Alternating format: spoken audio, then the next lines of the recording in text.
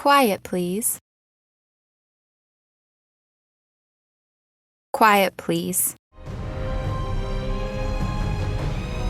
Foley Marra Studios presents Quiet Please, which is written by Willis Cooper, directed by Chuck and Megan Marra, and features Erica James. Quiet Please for tonight is called Rain on New Year's Eve.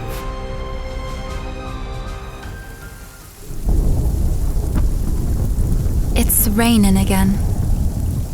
Pretty near New Year's and it's raining again. No, back east it's probably snowing different places, or maybe the moon's out shining on the snow and people are saying, why, it's so bright out you could read a newspaper. You can't read a newspaper by moonlight. Only the headlines. Maybe if you take your newspaper out in the yard and stand in the moonlight, you might find a headline with my name in it. It's been there before. Well, anyway, so there's moonlight. Here there's rain. Like it was that other New Year's Eve. That's what the rain makes me think of, as if I ever thought of anything else. Listen to the rain. I was sitting in my office in the writer's court out there after we'd been on the picture for 2 or 3 months. Writing it, that is. They'd been shooting for about 3 weeks, but I was still on the picture because we had a producer that couldn't make up his mind, and the director was one of those guys, a sort of road company Hitchcock, you know? Yeah, well, he makes the picture up as he goes along, only there has to be a writer filed away someplace where he can find her when he runs out of ideas, which is not more than 11 times a day. So, I'm dying. I go on the set and I find actors there I never heard of, speaking lines I never wrote, and scenes I couldn't figure out. Then the director would get me in a corner and he'd put the arm on me. This thing doesn't seem to quite gel, young lady, you know. And so me and my little typewriter go to work to unscrew things while the overtime and the gin rummy games go right on. Great life, that. Well, so I'm sitting in my office and the rain is on the roof and the gas heater is frying my ankles while the draft from the window is giving my neck the deep freeze. Mary Lou, my secretary, comes in from her little cubbyhole next to mine. When do I get to do my Christmas shopping, Miss Ramsey? You don't get to do your Christmas shopping, Mary Lou. Yes, I know. I didn't. What? Christmas was 2 days ago, Miss Ramsey. Was it? Oh, well, Merry Christmas. Are we ever gonna finish this picture, for heaven's sakes? Well, I'll tell you, Angel. Mr. Dody, the great director, is getting $3,500 a week. I know it. And, my dear, Mr. Dody has not got $3,500 a week for a long time, see? Mm-hmm. So, Mr. Dody, the great director, is going to make $3,500 a week just as long as he possibly can. And characters like us can, you know what. That man! I have a different word for him, sweetheart. But as I was saying, if we leave it to Mr. Dody, this here picture ain't never gonna be finished. 100 years from now, somebody will come upstairs here and they'll find an old woman with long white hair beating out the 59th revision of scene 456. And in the next room, a little apple-cheeked old lady. Oh, cut it out. Yep. Oh, when are we ever gonna finish this? No kidding. New Year's Eve. Oh, maybe there'll be champagne and stuff on set. Oh, yeah, no doubt. For the expensive actors and producers and the fine upstanding director. For you and me, a nice bottle of 60-cent claret imported from right over there on Ventura Boulevard. You're so funny. On the contrary. Well, I'm getting awful sick of this, Miss Ramsey. We've had to work every single night for the last 4 weeks. Do you realize that? You kidding? Do I realize it? Go get me some coffee, will you, kid? I gotta stay awake for Mr. Dody. Coffee. I bet you and I could be elected president of Brazil, all the coffee we've been putting away. Answer the phone. It's Dody. Well, we gotta be dignified. Hold on. Miss Ramsey's office. Who's calling, please? Oh, yes, Mr. Dody. She's here. I'm always here. Ramsey? Yes, Mr. Dody, what seems to be the trouble? I see. Yes, I see, but Mr. Dody, Well, that'd mean rewriting practically all the... Well, yes, I know, but I mean, what do you gain that way? What, 2 monsters? Well, Well, what's two monsters got that one monster hasn't? Well, yeah, sure, but who scares who? Whom, I mean. But, Mr. Dody, I saw a picture once with two monsters in it, and it was silly. What? Oh, you directed it. That's, well, I'll be right over. Skip the coffee, Mary Lou. 2 monsters? 2. Count 'em, 2. And I'll lay you 6-2 and even. That by the time I get to the stage, he'll be hollering for 3. Take your raincoat. It is raining pitchforks. Maybe one of them will stab me. I better tell you about this monster stuff. This was a horror picture, you see. Kind of the poor man's Frankenstein. Yeah, they couldn't get Karloff naturally, and they couldn't use the Frankenstein monster makeup because Jack Pierce over at Universal invented that. I guess Universal owned it. So they had me dream up a monster. And boy, did I dream one up. There's an old book. It's called, I guess I won't tell you what it's called. Well, you don't want to take those old books too seriously. So, I kind of swiped this monster out of the book. Well, you'll never see the picture, I suppose, so maybe I better tell you a little about him. Well, I guess I won't either. He was the most horrible monster I ever saw. No kidding. And what the makeup department did with my sketch and my description, oh boy. Just one thing I'll tell you about him. You could figure out the rest for yourself. He didn't have any face. You take it from there, but don't kid yourself. He was a thing. They got Allie Thorpe to play the goon. Nice fella. Quiet. Always grinning. Modest. He was a good actor. Last guy in the world you'd expect to play a monster. Oh, yeah, sure. Karloff did the Frankenstein thing, and he's the mildest mannered guy in the world. I remember him on the Son of Frankenstein set years ago in his monster suit, all gray and green, showing pictures of his new baby to people.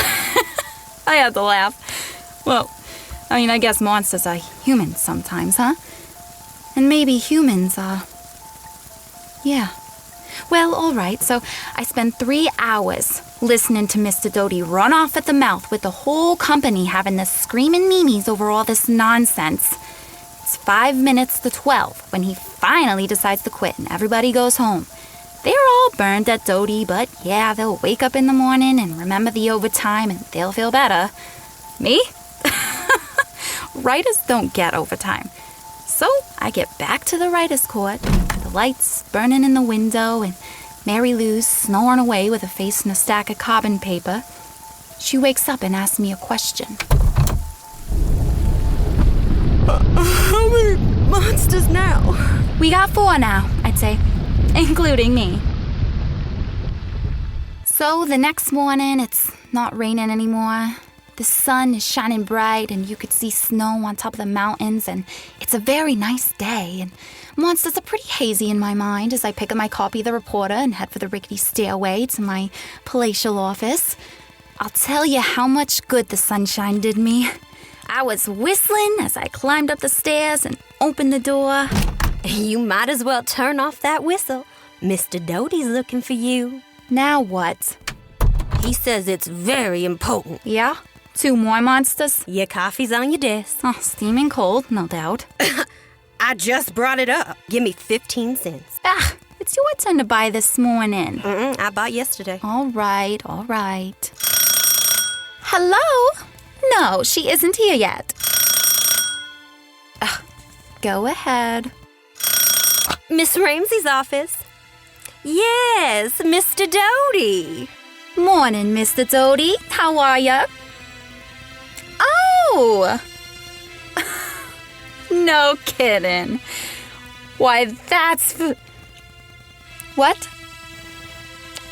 Oh, of course. Yeah. Yeah, sure. What's up? Why, sure, Mr. Dody. Yes, sir. I'll be right over. What? He has to finish the picture definitely by 12 midnight, December 31st. Oh, that's what you said last night. Well, I was kidding. You know how it goes in the story. I forgot. Well, I mean, the way it was originally, you know? This monster only has power the last hour of the year. Oh, yes. Remember, it was a New Year's party, the whole picture? It's been so long. I forgot how we started. Well, don't you remember our big payoff scene? She thinks the monster's her wicked uncle. Who thinks? You know, the babe with the teeth. The goon girl with the blue dress. Oh, yes. Remember, she thinks the monster's her uncle and she tries to rip his mask off and it ain't a mask. Oh, yes, something like that. And the house is on fire and he grabs her and runs inside the house and our hero busts in after her and rescues her. Some way I never had a chance to figure out. How would he do it without his glasses? He'd fall over the stoop. What stoop? There's hundreds of them in pictures. Drink your coffee and go see Mr. Dody. Maybe he's changed his mind. He can't change his mind. The front office put the big fat arm on him or else. Whoopee, baby! 3 days and we could sit down and rest. Away from this place. You can say that again. Well, sir, that sunshine looked better than ever to me. But when the big door of the stage swung shut behind me, that sunshine sure disappeared.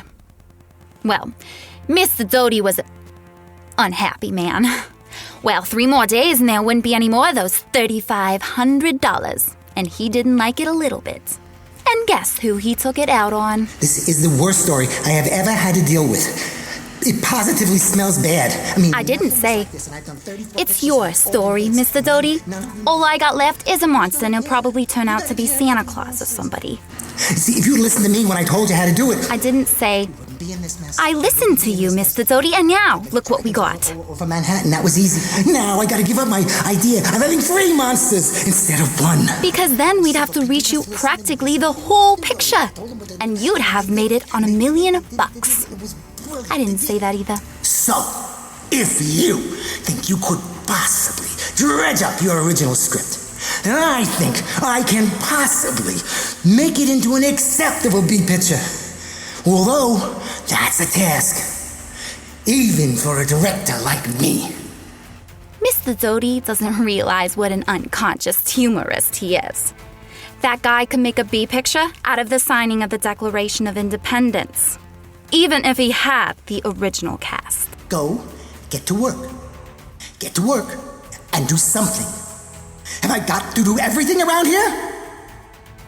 Get a move on ya! So, I got a move on me. And if you think I disliked that guy up to now... What are you looking at? What are you all looking at? Get back to work! Pretty good to me the last 2 days. You've got to get some sleep somehow. You've been on your feet for almost 2 days, Miss Ramsey. Huh? I'm sorry. Where were we? Scene 168, long shot, interior mansion, night. From the top of the stairway to the upstairs, indistinct in the shadows, we sense, rather than see, the twisted, evil form of monster as it peers over the balustrade. From the foreground right, the butler appears and starts slowly up the stairway. As he reaches the 4th or 5th step, the camera starts to move in and follow him. We crane upstairs and the camera holds on the last 3 steps as the butler reaches the top. Cut to, hey! Wake up! Gee, I'd sure like to. I'm not here. Miss Ramsey's office. Yes, Mr. Dody. All right. Hello? Yes. Sure. I'll be right over. Oh, Miss Ramsey, I wish you could... You know what, Mary Lou? Well, put on your coat. It's raining again. You know what? What? I wish I was a monster.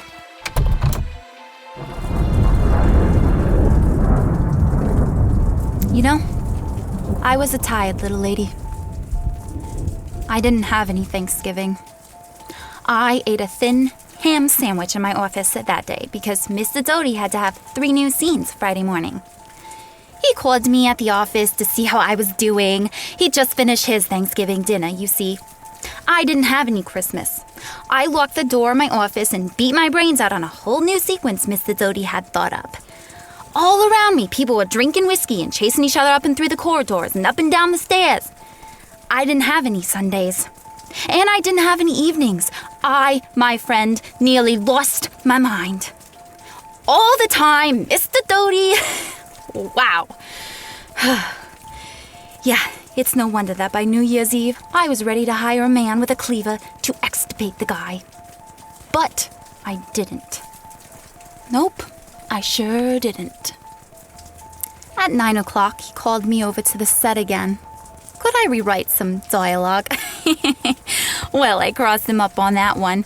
I threw out the hash he'd made of my original dialogue and substituted what I'd originally written. It played okay, after 7 different takes, all exactly alike. I went back to my office, in the rain. Miss Ramsey's office? Yes, Mr. Dody. Yes, Mr. Dody, I'll tell her. Miss Ramsey, I heard ya. he needs you right away. Again. Okay. You poor thing. I'll be out in a couple hours. Hope I can take it. Take your raincoat. It's raining cats and dogs. You're telling me. That time, it was a little piece of action he couldn't get through his ivory head. I explained it in words of 1 syllable, carefully avoiding the 4-letter ones. He thanked me. Old girl. And I went out into the rain again. Rain. What rain in California can do to ya? I heard of a fella that jumped into the Los Angeles River once after a week of rain. Ordinarily, he'd break his ankle, but he drowned. You know, it just comes down. Steadily. I know I could probably be a lot more graphic than that, but that's all there is to rain in California. It comes down steadily. Ice cold. Steadily. Yeah, of course it always stops. About the time you've decided to start out on foot for the east, the sun shines, poinsettias bloom, and the hills are green, and oh, man, it's wonderful. I guess they have the rain like hitting yourself on the head with a hammer. Feels so good when you stop. Yeah, that's a bum gag, but I was a pretty beat-up character. 3 more times that New Year's Eve. In the rain. The guy getting meaner and meaner each time. Well, at least it was going to be over pretty soon. It was 10 minutes to 11 when I came into the office and Mary Lou took my coat from me. You've got to get a little sleep, Ramsey. Now sit down at your desk, put your head down, and catch 40 winks. Thanks, Mary Lou. Ugh. If I had to see that man just one more time tonight, I wouldn't be responsible. I'm not kidding. I know.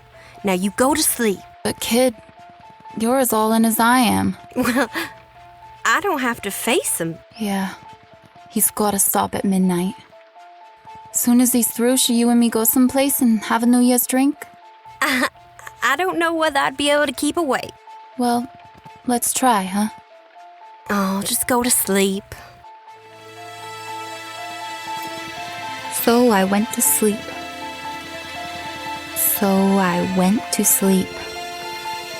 And I dreamed. Even when I was asleep, I couldn't get that guy Dody off my mind. I dreamed I was on a set. I dreamed they were shooting the last scene, the one where the monster comes closer and closer to the camera, and that head of his without any face fills the whole screen. You know how it is in dreams. You're here, and then all of a sudden you're there, and you're one guy, and then you're another, and it's all mixed up. Yes, I could see the set, and I could hear Dody call out. Quiet! Quiet! Roll him! Action! Then I could see this faceless monster coming out of the shadows slowly, right up to the camera where George Robinson was standing, tired as everybody else. And I thought to myself, if the audience had any idea that little milquetoast Allie thought was inside that monster rig, they'd bust. And then in my dream, I saw Dody jumping up and down in one of those silly rages of his in heels. Cut! Get back there and do it again! Get back there and try it over! You got about as much menace as Ramsey over there. Even in my dreams, he was picking on me. And so they started all over again, and my dream got kind of mixed up all right there, and I sort of seemed to be following the monster because I could see Dody's face right in front of me as the monster moved in. And Dody yelled, "Cut!" again. The monster and I didn't stop. I just sort of seemed to follow him right on, farther. I saw the monster's big hairy hand grab Dody, and Dody screamed.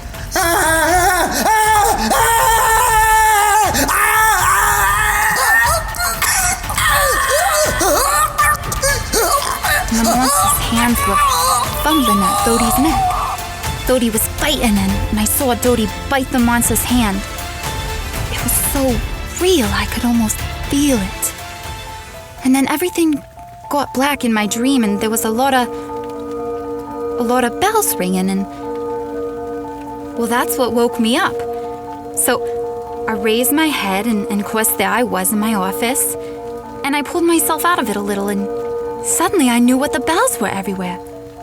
Bells ringing in the new year. The rain was hammering on the roof, and it was tomorrow. So I got up and hollered for Mary Lou. "Mary Lou! Hey, Happy New Year, Mary Lou!" When she didn't answer, I stepped through the door into her little office, and she was lying on the floor behind her desk. And the look on her face was something I never want to see again.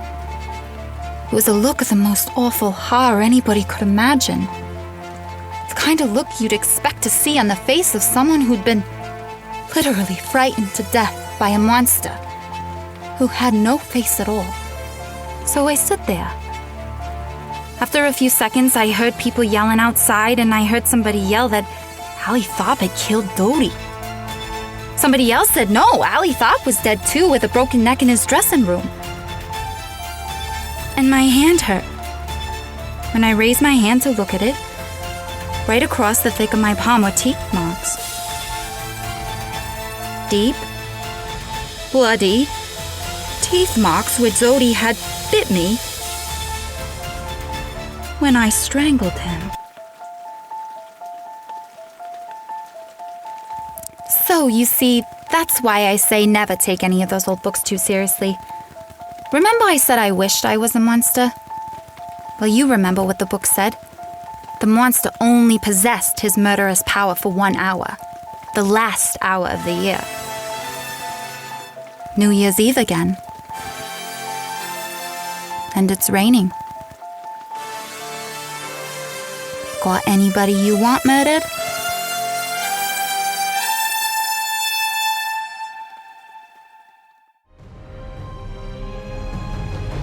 You have listened to Quiet Please, which is written by Willis Cooper and directed by Chuck and Megan Marra. The woman who spoke to you was Erica James. And Jamie Cunningham was Mary Lou. Chuck Marra was Dody. This episode of Quiet Please was originally broadcast by the Mutual Broadcasting Company on December 31st, 1947. Now for a word about next week's Quiet Please, here is our director, Chuck Marra. I call next week's story Camera Obscura, which, if you understand Italian, means dark room. You may like this story of what takes place in this dark room. And so, until next week at this time, I am quietly yours, Erica James. Quiet Please comes to you from Los Angeles and is produced by Foley Marra Studios.